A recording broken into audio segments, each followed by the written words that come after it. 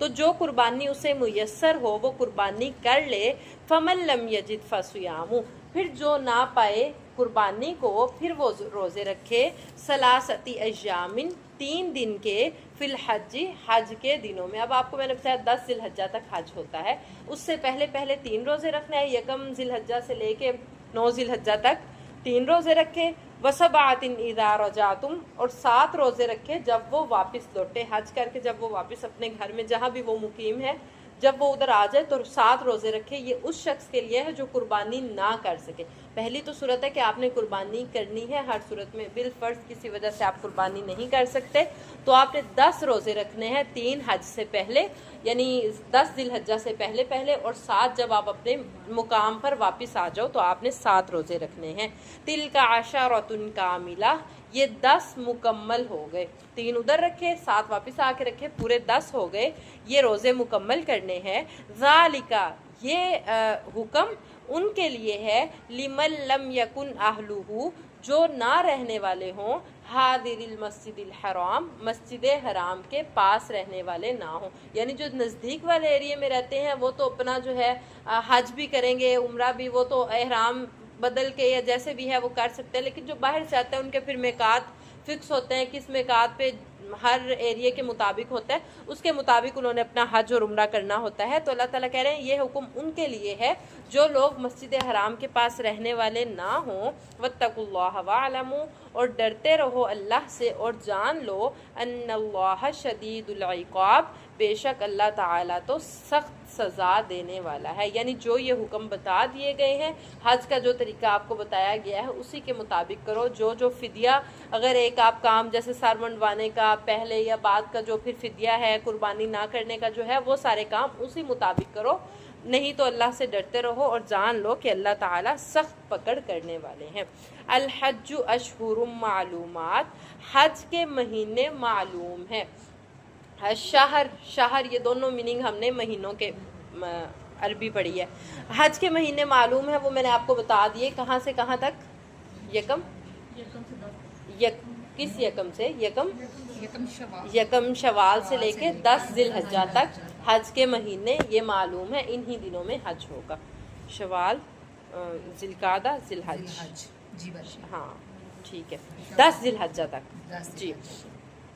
فمن فرضہ، پس جو کوئی لازم کر لے، فیہن، ان میں، الحجہ، حج کو، فلا رفث، پس وہ بے پردہ نہ ہو، یا آپ لوگوں نے پیچھے پڑھا، ولا فسوق، اور نہ وہ گناہ کے کام کرے. حج کے مہینے معلوم ہیں، پھر جس پر ان دنوں میں حج لازم ہو جائے، یعنی جو شخص حج کرنے گیا ہے پھر وہ نہ تو بے پردہ ہو اور نہ ہی گناہ کے کام کرے. اب بے پردہ کا ہم پہلے پڑھ چکے ہیں کہ اس سے کیا مراد ہے. نہ ہی گناہ کے کام کرے. ولا جدال فی الحج، اور نہ ہی حج کے دنوں میں جھگڑا کرے. اب لڑائی جھگڑا کرنا تو عام روٹین میں بھی اچھی بات نہیں ہے، آپ کو اس سے بچنا ہی چاہیے، لیکن حج میں تو لازم ہے کہ آپ نے لڑائی جھگڑے سے اوائڈ کرنا ہے، برے کاموں سے دور رہنا ہے. وما تفعلوا، اور جو بھی تم کرو گے، من خیرن، کوئی بھی نیکی، یعلمہ اللہ، اسے اللہ جانتا ہے. جو بھی تم نیکی کرتے ہو، جو بھی تم عمل کرتے ہو، اللہ تعالیٰ تم اس سارے عملوں کو جاننے والا ہے.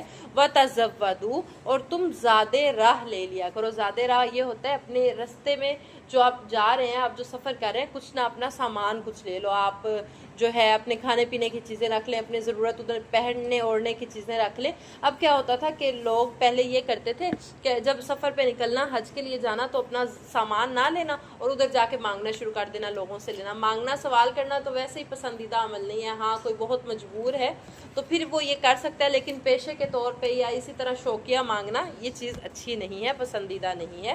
تو اللہ تعالیٰ کہہ رہے ہیں کہ اپنا زیادہ راہ لے لو. جو آپ کو ضرورت ہے، آپ کو کھانے پینے کی، آپ کو پہننے اوڑھنے کی جو ضرورت ہے، وہ سامان لے لو. فَإِنَّ خَيْرَ الزَّادِ التَّقْوَىٰ، پس بے شک بہتر زیادہ راہ تو تقوی ہے. اپنی ضرورت کی چیزیں رکھو ساتھ لازمی، لیکن اپنے اندر تقوی پیدا کرو. برائی سے بچنے کا آپ میں جذبہ ہونا چاہیے، نیکی کرنے کا شوق ہونا چاہیے، اپنے رکن اچھے سے ادا کرنے کا آپ کو پتہ ہونا چاہیے، تقوی آپ کے اندر ہونا چاہیے. سب سے بہتر یہی ہے. جیسے وہ لوگ کہتے تھے کہ ہم صرف اللہ کے بھروسے چلے گئے ہیں، سامان نہیں بھی لے کے گئے تو ہمارا ادھر گزارا ہو گیا. یہ طریقہ نہیں ہے. پہلے آپ اپنی ضرورت کی چیزیں ساری پوری کریں، پھر اللہ پر بھروسہ کریں، اللہ پر توکل. یہ ہے. وَاتَّقُونِ اور مجھ سے ہی ڈرتے رہو یا اولی الالباب اے عقل والے لوگوں، اے عقل والے جو لوگ ہو جن لوگوں کو اللہ نے عقل اور شعور دی ہے، انہیں چاہیے کہ وہ اللہ تعالیٰ سے ہی ڈرتے رہیں۔